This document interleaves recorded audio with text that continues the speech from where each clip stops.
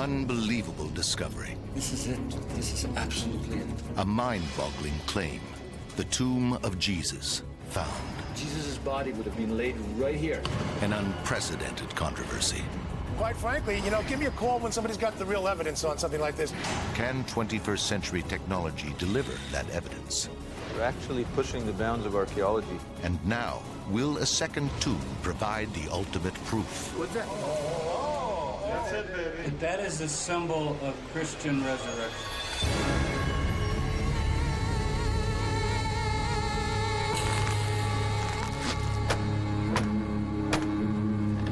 It's one of the most iconic images in Christianity.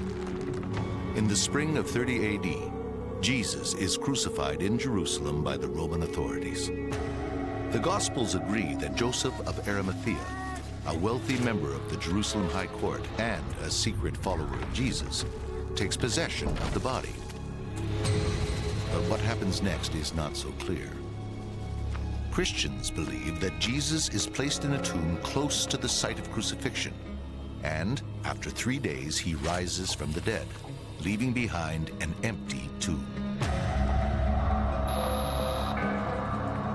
Tradition holds that the Church of the Holy Sepulchre is built on this site.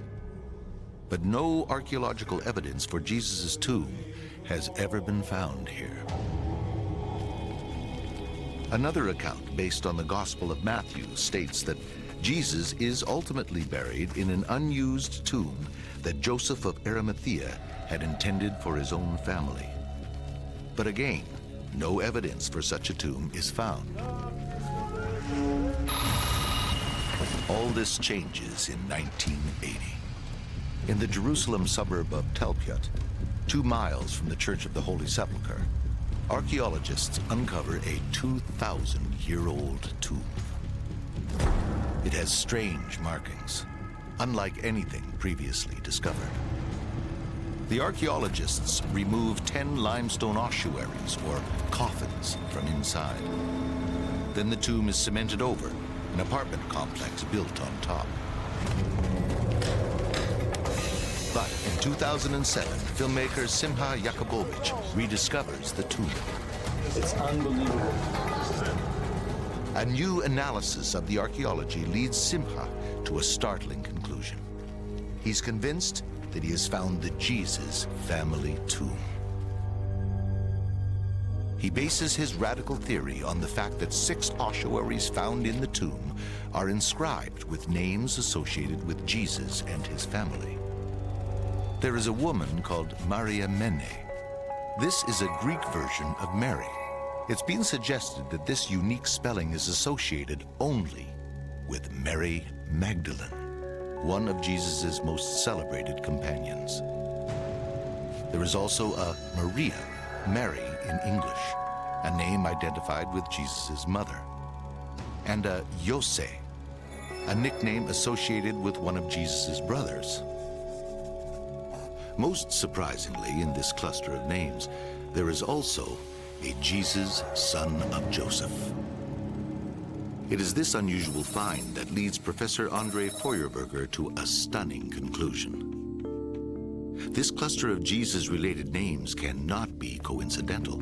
There is only a 1 in 600 chance that this is not the Jesus family tomb. It really is a possibility that this particular tomb site is, in fact, the one of the New Testament family. It is a possibility that I think needs to be taken seriously. When the story breaks, not everyone is so open to that possibility. This is front page news. It's on all the evening broadcasts. This is very much the talk of Jerusalem. For me, it represents the worst kind of biblical archaeology. I don't see the evidence for it anywhere. I'm going to base my beliefs on the scriptures, which hold together far better than the kind of farcical documentary we're talking about here. As the controversy rages, Simha and his team shift their focus towards another archaeological site. One he hopes will provide additional evidence to back up his claims. It's a second tomb, located less than 200 feet away from the alleged tomb of Jesus. I think we got a tomb. So this is where we're going. It's perfect. This tomb was discovered in 1981 when drilling at a construction site accidentally exposed it. Archaeologists entered through a hole in the tomb's ceiling. They took some notes and made a rough map of the burial cave. Orthodox religious groups, believing that any modern intrusion disturbs the dead, forced the archaeologists out of the tomb. But not before they took these recently found black and white photos. The tomb was once again sealed. For religious purposes, a pipe was installed into its roof. In 2009, cement was poured down the pipe, barring access to the tomb. But it still serves as a marker that the tomb is somewhere beneath this area of the apartment complex. Simha and his team believe this second tomb may belong to some of Jesus's earliest followers, possibly even of Joseph of Arimathea. The two tombs were found on a hill set apart from the other burial caves in the area. They appear to be on a first-century rich man's estate, complete with wine press and ritual bath. And the area is dominated by two hills. Joseph of Arimathea was a rich man, and his name in Hebrew means two hills. If Simha can find evidence that this second tomb belongs to Joseph of Arimathea, that would go a long way towards backing up his original claim that just 200 feet away is the Jesus family tomb. The first challenge is how to get into the tomb under this building. Then we can crawl in this way. I see. But before their search gets underway, chaos. The Haredim are an ultra-Orthodox Jewish group, and they don't want the dead disturbed.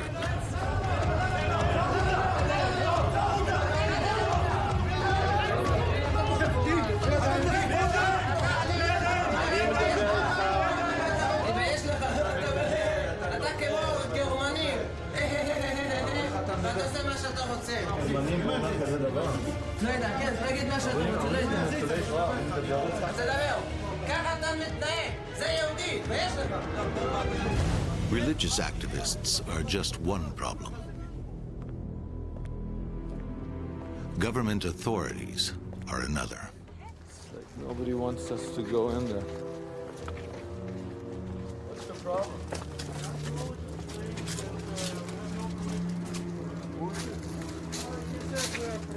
Diska? Shalom. We have no permission from nobody and he's going to put us in jail. אתה? לא? כיוון שאני עכשיו בתפקיד רשמי, אני מבקש להפסיק את המצלמות. אבל יש לי עם שוקה, נפגשתי עם שוקה. רגע. שמחה, אתה מפסיק לצלם. ברגע זה... Okay, we've been shut down. We had all the agreements in place, but now it seems we don't have all. There's a couple of neighbors here that, I don't know, but they called the Antiquities Authority, and the bottom line is they will give by next week permission. I do believe that. For their part, religious activists don't care about archaeological permissions. They feel they represent divine law. Meanwhile, the tenants and the police have their own agendas. It would take another 2 years and dozens of other obstacles before the hunt for the tomb could resume. But it did resume with spectacular results. In 2007, when filmmaker Simha Yakubovich entered the alleged Jesus family tomb, he found that it was hard to access the archaeology because much of the tomb was now covered by modern holy books, apparently put there in 1981 at the time of the tomb's discovery. This is full of holy books, disintegrating holy books, which, according to Jewish law, have to be buried when discarded. right here, Book of Jonah. Before they could explore further, they were asked to leave. What's that noise? I think they're getting upset they weren't here. They were evicted by archaeological authorities and forced to reseal what they believe is the tomb of Jesus and his family. One of the arguments against the idea that Jesus was buried in Talpiot is the tradition that he was crucified where the Church of the Holy Sepulchre now stands in Jerusalem. But if, after initial burial, Jesus had been moved to a more permanent tomb, how would his disciples have carried the body past Roman sentries? How would he have made it to this tomb in Talpiot? Incredibly, archaeologists have identified an aqueduct dating to the 2nd century BC that links Jerusalem to its suburbs. Simha now recruits Professor James Tabor to explore the aqueduct with him. See the aqueduct part you can see way above. See, way up there? Okay, let's go. At first, nothing. Then, at the halfway mark, they discover a cross. When was it cut? And is it commemorating Jesus' long-forgotten flight from the crucifixion to the grave? This is what appears to be some sort of cross mark that's been defaced. Here would be an example of how it was, and here's the see how that's broken? Somebody chipped away at it. They continue to make their way through the aqueduct. Astonishingly, of all places, the aqueduct has an exit in Talpiot, only a few hundred feet from the alleged Jesus family tomb. It seems that in the 1st century, this area was a kind of hub in the wheel of religious and political power. Behind you is Herod's Herodium, which is Herod's tomb, Herod the king of the Jews. And then if I turn around this way is the temple in Jerusalem. And then behind me, it's called the Hill of Evil Council, and it's the traditional spot where the priests were meeting to condemn Jesus. And so you have to wonder whether this location might have more of a meaning than just hearing, oh, a tomb was found in Talpiot in some apartments. It seems to have sort of a strategic meaning. Simha is becoming convinced that modern Talpiot is Joseph of Arimathea's estate. In one of those ironies of history, today, there is an Arimathea family living in the building over the tomb. Simha sees this as an omen. He's convinced that if he can enter the tomb, he will find something monumental. Tell me when? But so far, the obstacles seem insurmountable. It's been very hard. We've had to apply for an archaeological dig license from the Israel Antiquities Authority, the IAA, and we're waiting for an answer. Even if they say yes, we're still going to have to contend with the condo committees, the people who live here. They'll have to agree. And even if they all say yes, the police could shut us down because we can't be seen to be triggering a riot. And above it all, we've got to get the cooperation of the religious activists, the Haredim.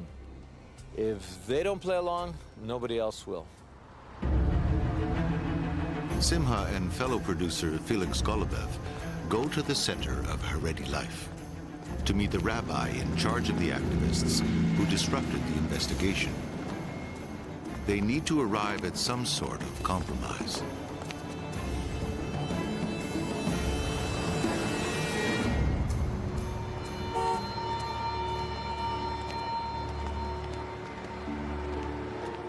I guess you're wondering what happened in there. What happened is we met with the religious activists and their rabbi. Their position is clear. They're against all archaeology. They feel it's disturbing the dead. We said in ancient days people did visit the dead, and we said we respect their position, but we feel that we could respectfully tell the stories of the people in the tombs. They disagreed, but we kind of reached a compromise. The deal is we've got to always tell them ahead of time what we're going to do. We can't touch bones or ossuaries, and we can explore the tomb without physically going in ourselves. I don't see how is that going to work. We'll figure out how that's going to work, but in the meantime, nothing's going to work if we don't get the dig license from the Israel Antiquities Authority. In March 2009, Simha and James Tabor are summoned to the IAA to get the results of their application for a dig license. It looks like, I think we're set. Look. The team gets a permit. So basically it's for a year. After 2,000 years, will the tomb finally reveal its secrets? Discover the past with exclusive ancient history documentaries and ad-free podcasts presented by world-renowned historians from History Hit. Watch them on your smart TV or on the go with your mobile device. Download the app now to explore everything from the wonders of Pompeii to the rebellion of Boudica and the mysteries of prehistoric Scotland. Immerse yourself in the captivating stories of this remarkable era by signing up via the link in the description.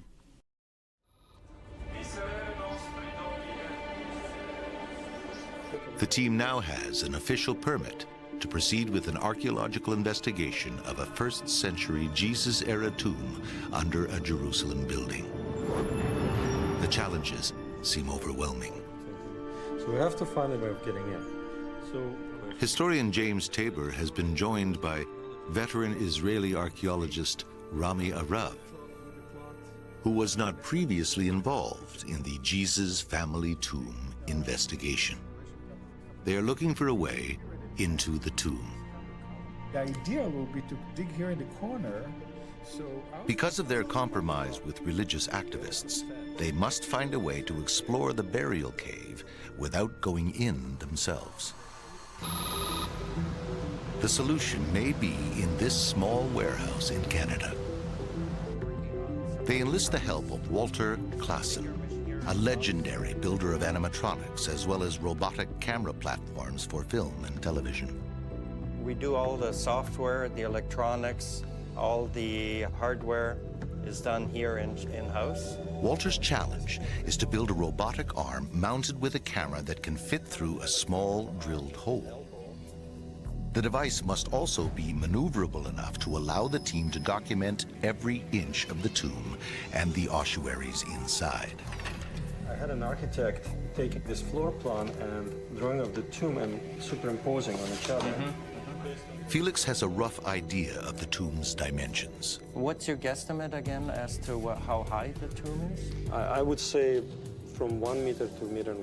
That's kind of difficult because the height limits me on how I can get something in, tilt it up, and then go forward. One other thing you will have to consider is if we do go in here. Remote camera expert Bill Tarrant shows Walter the camera he intends to use to record the images from the cramped 3.5-foot high burial chamber. How heavy is this? It's about 4 pounds. Oh, so we're gonna have to carry this at the end of a 3 or 4 meter arm. Yeah, so it's gonna The camera is in a tough metal housing and it's heavy. I see it, that's okay. But Walter can't proceed with his robotic arm unless he knows the exact point of entry into the tomb. And the team doesn't know that yet. Felix gets hold of the map drawn when the tomb was originally discovered in 1981.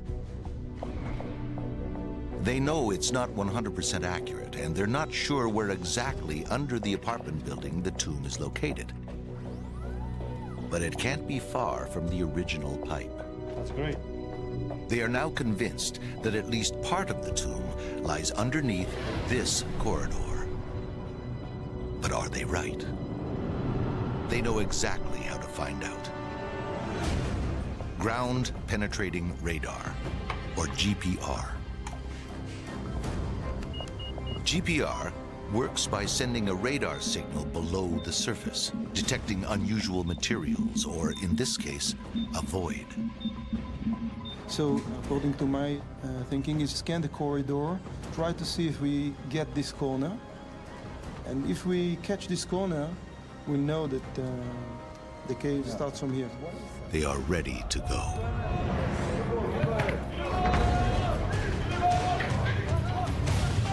The Haredim are back, but this time Simha has police protection and an understanding with religious authorities who have agreed to cooperate with his discreet, non-disruptive investigation. But the Haredim seem to think that Simha has tricked them and is about to enter the tomb.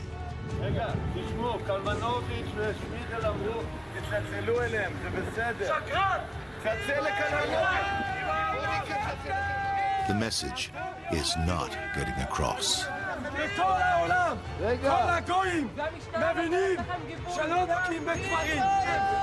אוקיי, דבר עם החבר שלך, הם לא מאמינים שאנחנו בקשר איתך. כולכם לעזאזל!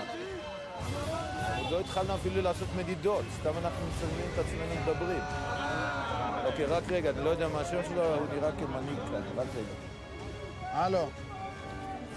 יודע לך רוגן, הנה ונגזנה זה ארבט נישט? Finally, the first step towards a truce. בסדר, אז אני יורד איתך לראות... כן, כל דבר.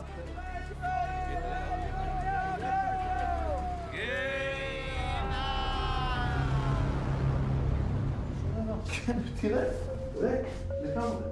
מצלמים, אחת, בוא. אתה רואה את המכשיר הזה? אמרתי לרב שמיל הכל. זה GPR, אתה רואה? זה דוקטור בסון. שמיל מכיר אותי, עבדתי איתו כמה פעמים. זה רב הרבט מתאבינסטר, זה GPR. Yakubovich invites the religious group to send a representative to oversee the entire operation whenever they want.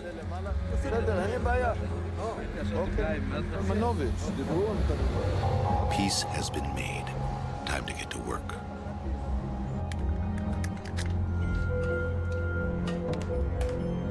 The GPR scans the entire corridor, looking for an unusual space beneath the tiles. Felix's calculations lead him to one tiny corner. This is a magic corner. Did you see anything? There is something there. You can see here the edge of the void. The long and the short of it is Felix right where he thinks we can put our probe? Yes, he's right.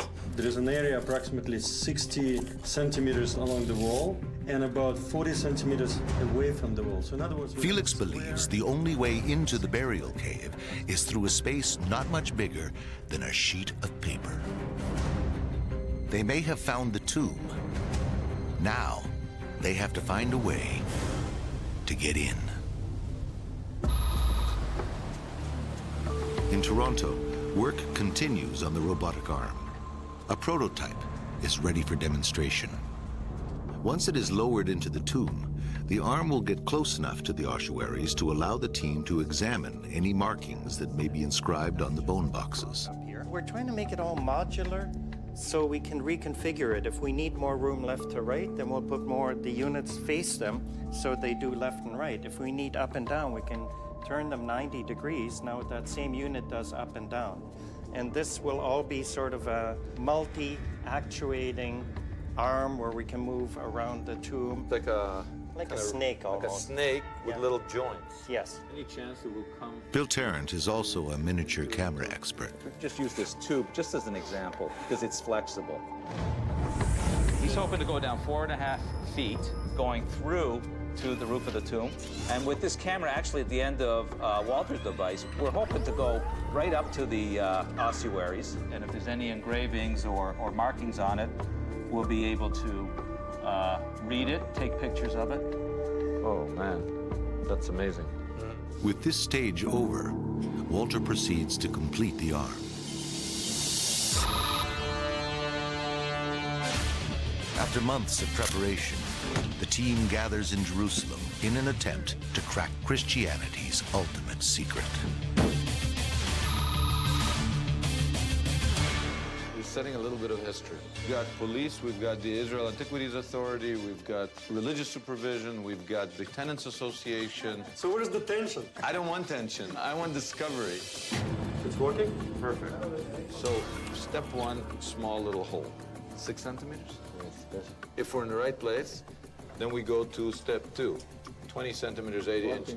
All right, quick. Let's do it.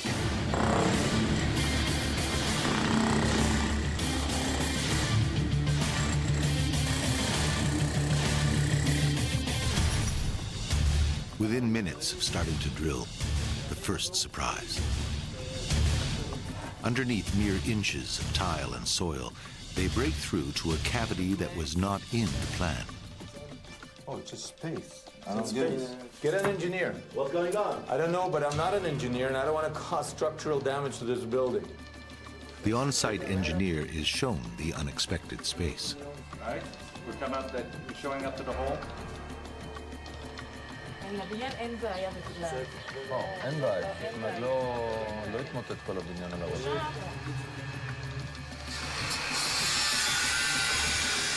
They proceed to cut the metal reinforcement in the concrete, clearing a way for their drill.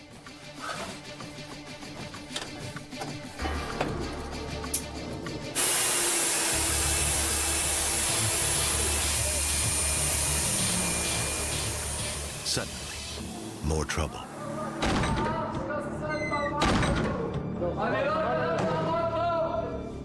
Despite the cooperation of the building committee, not all of the tenants are happy with the archaeology that's being conducted below their building.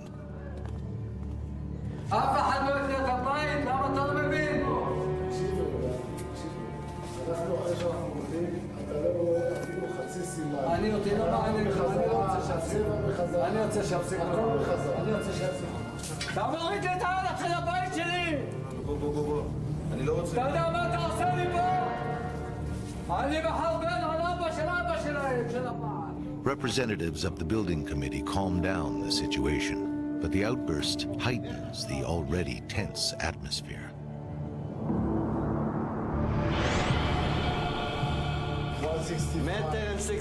They have already drilled 2 feet deeper than their calculations suggested. It's possible that they are drilling in the wrong place. In retrospect, I think we should have gone in an angle to begin with. Yeah. Get inside, see where we are, and then putz around with the hole. We could try another meter in the same hole. No, first let's get an angle. And let's then just do them at the angle. Let's just get in. Let's just have the satisfaction of getting in. Let's just get in. They now try drilling at an angle.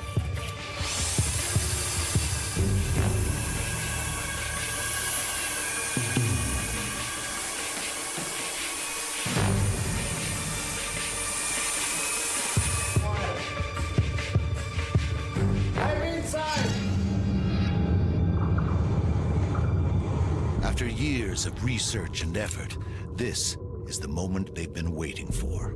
I see the bottom, nice and clear. Fantastic. Hey, we're right where you said we'd be. Yeah. You were 100% right. The drillers now bring in the big gun, an 8-inch wide, custom-made diamond tooth drill.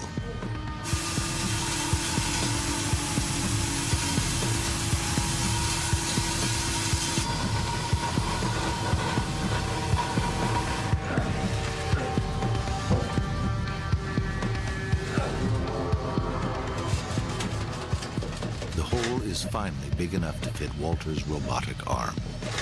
All they have to do now is give Walter the exact dimensions of the cave so he can finish his robotic arm. As yet untested, except in the lab.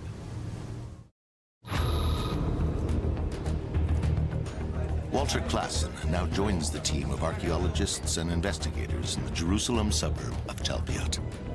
His newly created robotic arm is about to be used for the first time.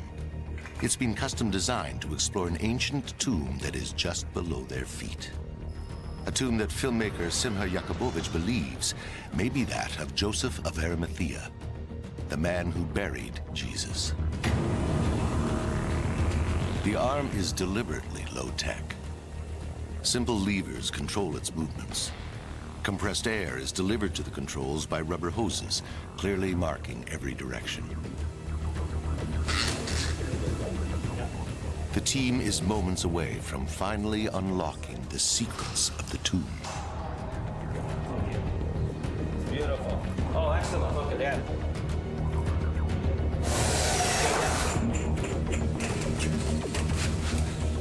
They use 2 access holes. A smaller camera is placed in one of them and lowered into the tomb first. This will be pointed at the robotic arm to help Walter and Bill orient the arm's movements in the tomb below. Okay, you guys ready? All ready. Let's go. Hey guys, the moment of truth. The lightweight articulated arm that can unfold up to 10 feet is ready to be lowered. Before they start, problems. Yeah, I'm trying to. Their measurements indicated that the tomb was 1 meter high from floor to ceiling, but the drill has left rubble beneath the hole. There's not enough room now to get the arm in. What's our distance in that hole? Let me go all the way to the bottom again. So we're just under 1 meter. Is that going to give us enough room to tilt? Yeah, I think I can start to bend it at a slight angle. Yes. And then keep lowering and angle it and lower it and angle it. Okay. You are going to have to hold this so hard. If you don't hold this, this end is going to run out and smash the camera into the ground. Okay. That's it. Keep holding. Yeah, you're doing perfect the way you are. By the way, this is really heavy. You'll find it. I know, that's why you got to keep holding it. Okay, somebody holding it on the other side? It's all hands on deck to help maneuver it into the 8-inch pipe. Keep holding and lowering it down. I feel like a pilot, you know? All right, we have image. Camera expert Bill Tarrant finds his bearing and focuses the lens.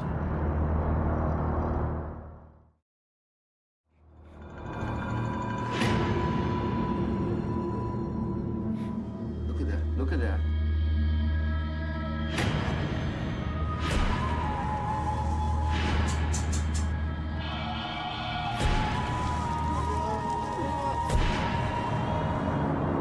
They see niches carved into the limestone walls. Inside these are ossuaries filled with human bones. We're almost there, almost there.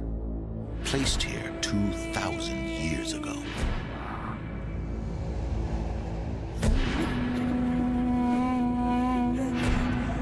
The robotic arm shows that there are 9 burial compartments in this tomb. 4 of them have ossuaries inside. They start with the niche that's closest to the door. But reaching this first ossuary is turning out to be a big problem. The bone box is set back in the niche. It appears to be too far for the arm to reach. The rest of them are all butted up right against the entrance to the niche. Yeah. This one is back. The other ossuaries are not set as deep as this one. It is over 3 feet from the lens. Too far to see an inscription or a symbol. Can't tell whether I'm all the way out or not. Are you extended all the way now? Yeah. Yes, I am, Felix. It's the length of that. Another one close to Do the video probe now? Let's do the video probe. Okay. They try to reach it with the probe camera. This is going to come out through there. Walter's pushing it? He's pushing. The probe camera is designed to get into confined, dimly lit environments like this tomb. But the housing that encases it seems to be failing, not allowing the probe camera to be extended far enough into the niche. Okay, is the pipe out all the way? Well, I can go further, but it seems to be drooping down. Too much already. This is as far in as we can get right now, right? Yeah. Okay. Am I correct in this is not working out so far? The first exploration is over before it really began. So we can't get further, right? Not right now. The day ends in defeat. What I saw today didn't give me comfort. It'll give you a lot of control. Now one of the problems with that one is that ossuary is 1 meter into the tomb. Okay, so that's an extra meter. So that's why it's going to be a little tougher. So we have to find a way to extend the video probe so we'll go straight in, and then we'll have a chance to look at it. So how are we going to do that?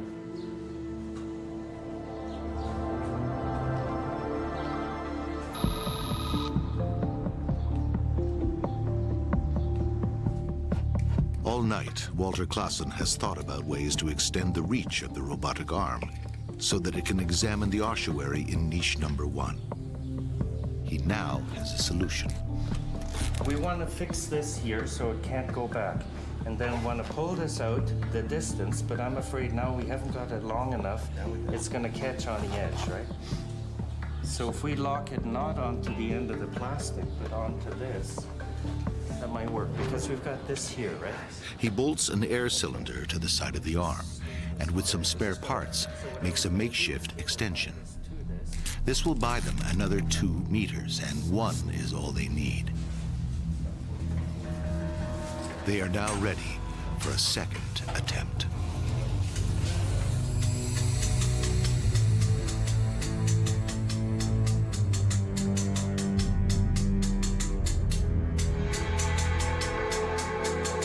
You're aiming right at the good, that's what I want to do. Perfect, perfect, that helps me. Now I'm gonna slowly run it forward.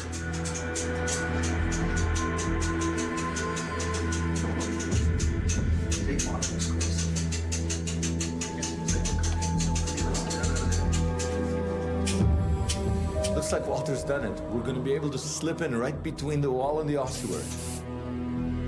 Traditionally, this niche would house the ossuary of the man who commissioned the tomb. That's it. That's it, that's it. Yeah. Could this niche contain the remains of Joseph of Arimathea? The moment has arrived. The camera is slowly maneuvered between the ossuary and the wall. After years of preparation, the team is about to embark on a first ever remote examination of a sealed Jesus-era tomb. Walter feeds a snake camera down the housing. This camera is more flexible and will be able to get closer to the ossuaries than Bill's HD camera.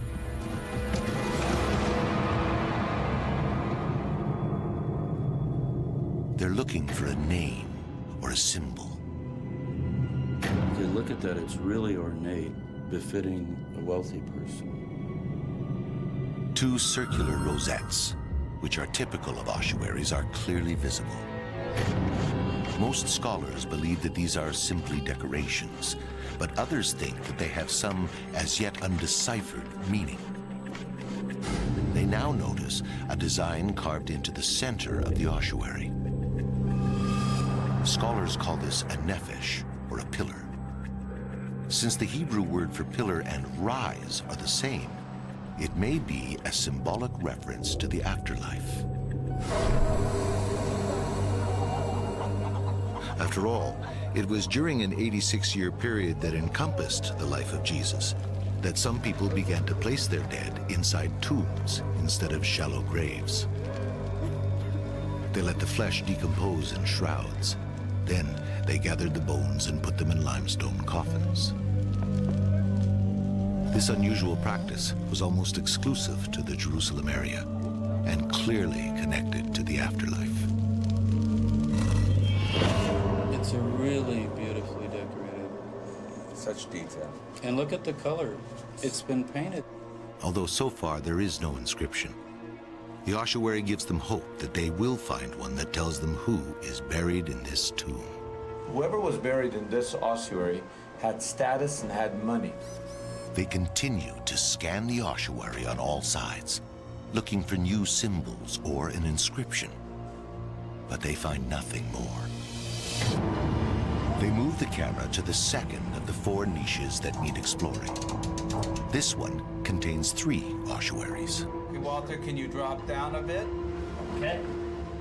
And retract a bit. Okay, coming back. Lids have inscriptions.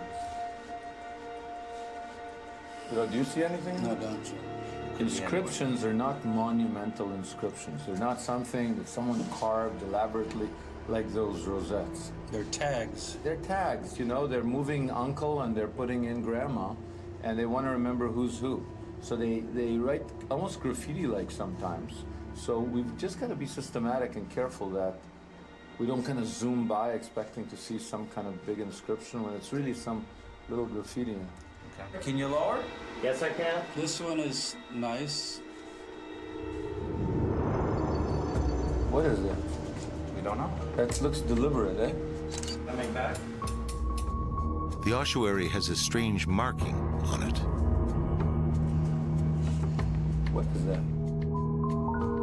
It may have some personal meaning, lost to the world after 2,000 years.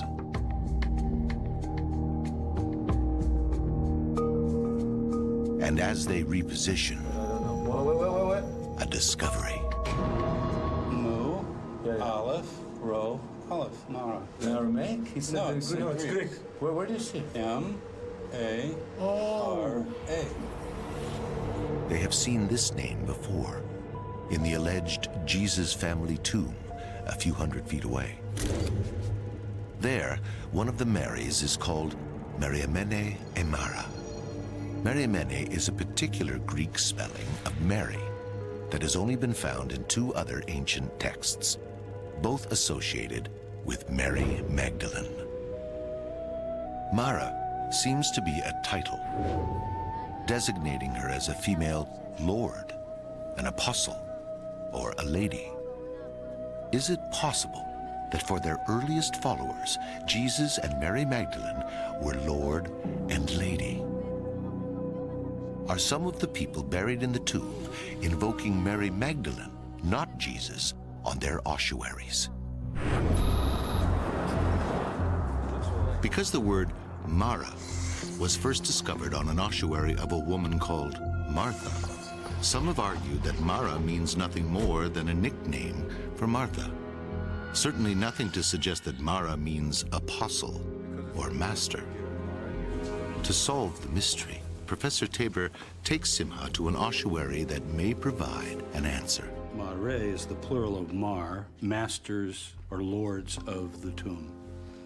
What's interesting is that on the lid, there's a Greek parallel translation. Not only do we find out the names of the masters, here you've got Matthew and Simon. It's very, very clear. They're brothers. And look at this, Kyrie in Greek, masters. What this tells us is how to translate Mare, that it cannot be a nickname or a shortened form of some name. So you actually have a translation? You have a translation. It's a title, an honorific title. Does the title Mara on this ossuary refer to the person buried inside?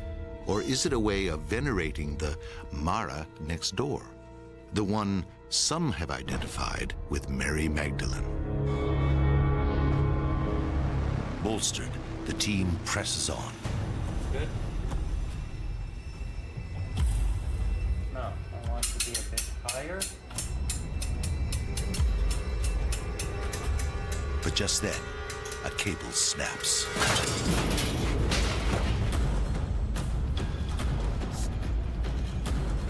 The camera and the arm are stuck, and there is no way for the team to get them out.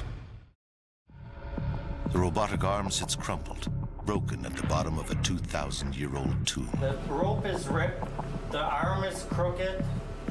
It's sort of a worst-case scenario. Okay, so it was the boom rope that broke? Yes, the up and down.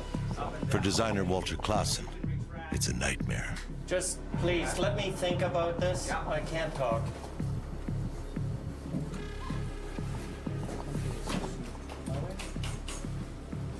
Here, pull hard. Wait, slow down. The snapped cable means he can't retract the arm, and the way that it is currently bent means that it won't come up the hole. For several hours, Claassen carefully manipulates the broken arm. The exploration seems to be over before it really begins. I don't know if I can get it out. Have you got the motorized thing that zoomed out? I'm doing the motorized thing. I'm gonna see if I can try to retract the front end. Okay. It's coming in, Walter. Yes, I'm seeing it. That's a good sign. Yeah, it's good that it's carrying it. Okay, pull on it now, Kevin. Pull. Walter finally gets the broken arm out. Slow.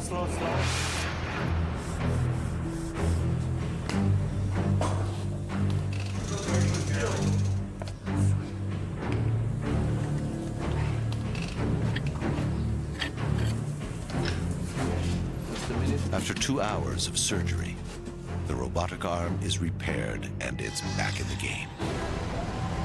They now position the arm to explore the third niche. It contains a single ossuary.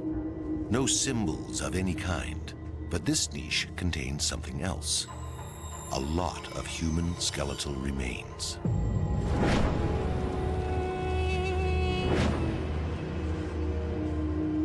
People always think you shouldn't find bones other than in ossuaries. Sometimes they never regather them, and it isn't just because they can't, they just don't. You don't think it's disrespectful? No. You know, I think the mistake I was making is I was thinking of the bone box, the ossuary, as the coffin. No. But really, you're saying it's the whole cave. The whole cave is the grave. Anywhere in there is holy. It's not bad in Judaism to have a whole pile of mixed up bones all together. God will sort it out at the resurrection. That's the idea. You know, it's not your business to worry about it. Now I'm going to try to lower the front arm. There are no inscriptions here, and no hint of Joseph of Arimathea or anyone else that is related to Jesus. They are running out of options, ossuaries, and niches. They move on to the last niche, and the last two ossuaries to be explored. Archaeologist Rami Arav now joins the search. I want to look at this one here. Walter, is it possible to go in further? Yes, it is. Let me try it. A lot of years, a lot of money, and a lot of effort have been expended to get to this point. But the clock on this expedition is about to run out. Where are we at now, Walter? I think we're kind of stuck, but we're getting there. What's that? We're looking at the end of the other ossuary. Yes, we are. Yes, we are. This is number 4. We are looking at number 4, correct? Correct. So we're looking at the front. We are looking at this little piece here of the side. So Suddenly, Walter spots something unusual. No, let me help you a bit. A cross. No. Go back. Did you see the cross there? No. In the middle. Here are the crosses, yes. Go up a bit, Bill. I'm going up. No. Slow down. Okay. There. Where? Yes, that's right. This is a cross. The cross. Oh, yeah. Go down just a bit, Bill. Go down a bit. I haven't seen a cross on an ossuary anywhere like this that is that clear. I've seen cross marks like these at the bottom. This is absolutely put front and center and emphasized. So whatever it means, the owner wanted you to really notice it. Most historians believe the cross became a Christian symbol in the 4th century AD. So finding it in a 1st century tomb doesn't mean anything. But 1st century crosses that may be Christian have been found in Italy, at Herculaneum, in Naples,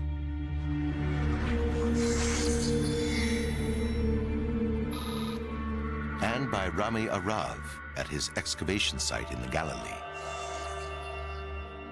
If the cross was already a Christian symbol in the 1st century, then the team has just discovered the earliest Jesus-related cross ever found. But scholars will never agree that a 1st century cross is a Jesus-related image.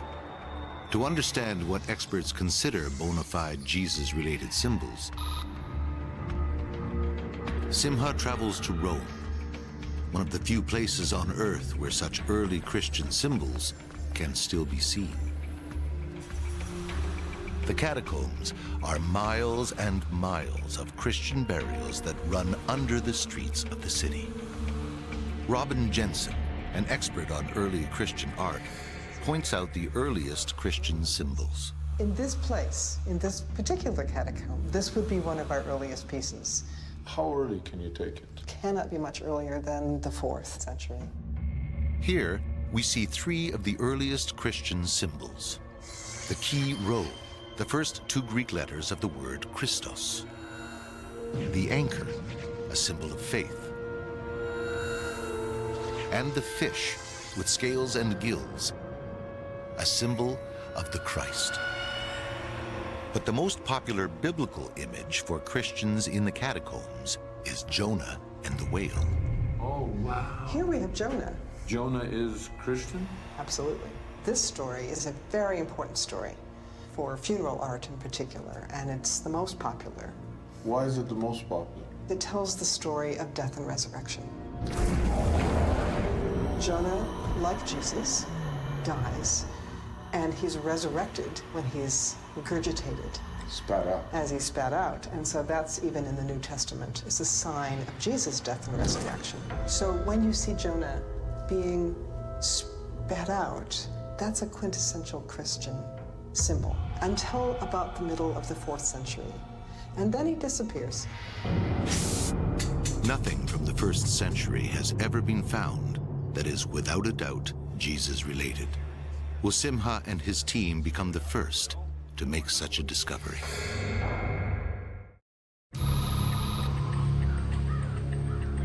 The team has finished exploring all but one of the 4 niches containing ossuaries. So far, they examined 5 of the 7 ossuaries. They hoped to find inscriptions or symbols that could throw light on the alleged Jesus family tomb just 200 feet away.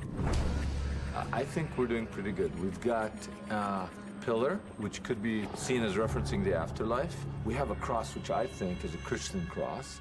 And we have an inscription, a Mara, which references the other tomb and can be read as Our Lady. But I don't think it gives any kind of conclusive connection to the Jesus tomb nearby. We've got to have more.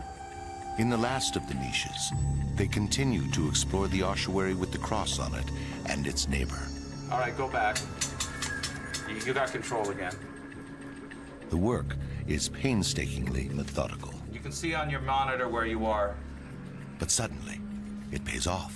I see something in the ossuary in the back, the one that's blocked by the ossuary in the foreground. There. What is that? Whoa. It's amazing, isn't it? What is It's that? amazing. Now, this line here and this line kind of looks to me like a prow of a ship. Prow of a ship, yes, James. Definitely representing something. There are 3 1st century ship images that have been found in Jerusalem. Is this a 4th? Is it possible to go in further? Yes, it is. Let me try it. Okay, Bill, is that good? Let me see if I can turn. Wait. Look at that. What the team has found seems to be a crude image of a fish. Yeah, there's another one here, yes, correct. When it comes to early Christian symbols, scholars dismiss crosses and expect fish, but they can't jump to conclusions.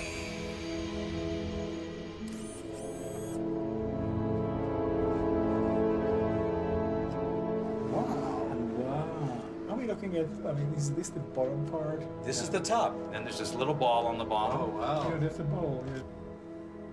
I'm just going to orient myself. Yeah, and you can see on your monitor where you are. There. Wow, look at that.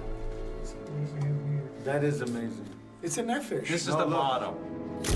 Rami sees the squeezed image and thinks it may be another example of a nefesh, a pillar, like the one they found in the first niche. Or like this one on an ossuary that was found in the presumed tomb of the high priest Caiaphas, the man who sent Jesus to the Romans, who then sent him to the cross. You guys, that's no pillar. It's definitely something else. I haven't seen anything similar to this.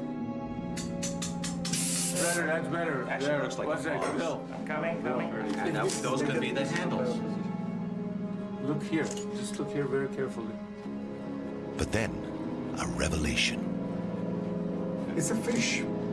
Of course, it's This is a whale. It's a fish. It's a whale. It's a whale. It's a whale. It's Jonah. It is. Oh my God! Oh my God! Jonah holding his head. This is That's whale Jonah's holding his head, spitting Jonah out. 2 legs, 2 arms, and his head. Yes! He's spitting Jonah out of the whale. That is absolutely it. That is the symbol of Christian resurrection. The team is convinced that what they are looking at is a great fish spitting out Jonah. Unlike the later Christians of Rome, who depicted Jonah's fish as a sea dragon, Jesus' earliest followers were Jewish. As a result, they depicted the fish here as edible, as kosher, meaning it has scales and fins. According to the biblical book of Jonah, when Jonah is spat out, his head is wrapped in seaweed. Here, they see a stick figure being spat out of a fish, its head purposely marked up by lines. All along the edges of this ossuary are little fish swimming in the sea. The image is unique. The discovery is revolutionary. Without a doubt, the sign of Jonah was the symbol of Jesus' earliest followers, the symbol of Jesus' resurrection. Because of the clarity of this first-century image, its precise meaning can be decoded. For Christians, or Judeo-Christians, believers in Jesus, it comes to mean, like Jonah, Jesus went into death. The fish is death, but came out of death. And on an ossuary, clearly, it's talking about resurrection of the dead. So this is the earliest representation of the resurrection. This is huge. It's absolutely huge. This discovery, the earliest Jesus-related symbol ever found, makes the investigators feel that their hunch has paid off, that they now have dramatic evidence that the tomb just 200 feet away from the one they are now investigating is the Jesus family tomb. But can they find more? They proceed to the back of the Jonah ossuary. They see something, but because of the wall, they can't get far enough from the image to tell what it is. They position the camera on the floor, looking up at the lid. The image on the back looks like the tail of a fish, but they cannot be sure. For help, they consult the black and white photos taken by the archaeologists in 1981, before they were chased out of the tomb by religious activists. Here, the image of the fish tail is clear. The fish seems to be diving into the ossuary. The pictures also reveal something else, something unexpected. Today, the Jonah ossuary is not in the same place where it was originally found. Then it was taken out of one niche and placed in the one where it currently rests. Its original location? The first compartment on the right in the so-called Patriarch's niche. Does this bone box hold the remains of Joseph of Arimathea? The evidence is tantalizing, but there's no inscription. There is, however, one last ossuary to explore.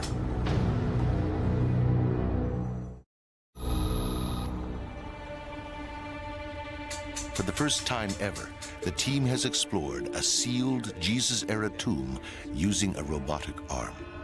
They have discovered a unique image that may have been used by the earliest followers of Jesus. But their search is not over. They have one more ossuary to explore. Hand the boom right. Okay, coming up. So we're looking. So now we're surveying 3. Number 3. We're right there.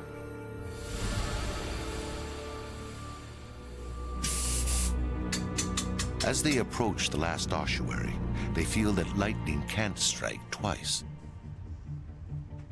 But sometimes it does. Oh, wait. Stop. That's right. That's an inscription. That's it, baby. There's an omega, clear as day. There's a C, delta, eta. The inscription is in Greek, the dominant language of the wealthy in Jerusalem in the 1st century AD. But what does it say? Yahweh is God's name. Yahweh in Greek. In English, it's pronounced Jehovah. So, that would be a verb. God is doing something. This and this I can't get. The team contacts Professor James Charlesworth to help decipher the Greek inscription. You were supposed to arrive yesterday, but you have a bit of a cold. Yesterday would have been no good. We didn't now need a Greek reader yesterday, but we do today. Okay, you're not going to believe. Come on. Are you teasing me? What? Yeah, come on. What have we got? And in the middle area, between the two rosettes, you've got this Greek inscription. All right, I can read Yao. We have this in the Jewish magical papyri as a way of referring to Yahweh or God. So here you have it in Greek, in uncials, that means all caps, Yao. And above, I'm suggesting it might be Dios, God or Zeus is now Yahweh. There you and go. Upso, that would be related to the Greek word upsotheo, to raise up. What? Yep, that's it. Upsilon, C, and Omega. And that is uncio for upsoo, which in the Gospel of John is used for the resurrection of Jesus. Upsoo, he is lifted up. I am lifted up, says Jesus. I am lifted up. I am raised up. Upsoo. And the rest, I'm not sure I can read. A lamath, pay. Maybe an olive. It could be an olive. Apo. Upsoo. Apo tuthanu, I would guess. From the dead. The first two lines are clear. The first word is Dios, which can be read as Lord or God. The second word, Jehovah, the name of God in the Hebrew Bible. And then a word, upso, which can mean has raised, will raise, or is raising. And finally, three letters that are not clear. They could be referencing, as Professor Charlesworth's site read, the realm of death. But the last three letters may actually be A, G, B. The last word then could be Agba, the Hebrew equivalent of upso.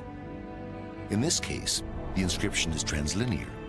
Greek, Hebrew, Greek, Hebrew. And it reads, God, Jehovah, raise up, raise up. In every reading, it's a plea for resurrection. But there is another possible reading. There's a word that shouldn't be here, Jehovah. In the 1st century, mainstream Jews would never write God's holy name on an ossuary. That would be heretical. But some of Jesus' followers, believing he was God incarnate, did call Jesus by the holy name of God, Jehovah. In this case, the inscription can be interpreted as Lord, Jesus, rise up, rise up. The inscription found here strongly suggests that the people buried in this tomb believed in resurrection. On one level, it could be a plea for their own resurrection. Read in a different way, however, it's an exhortation for Jesus to resurrect himself. For James Tabor, the find is persuasive, convincing him that the tomb, just a few hundred feet away, is the ultimate resting place of Jesus and his family. This tomb is given a wider context to the other tomb. Before yesterday, if you had asked me, Talpiot, Jesus tomb, what do you think, 50-50? I was already at 75%.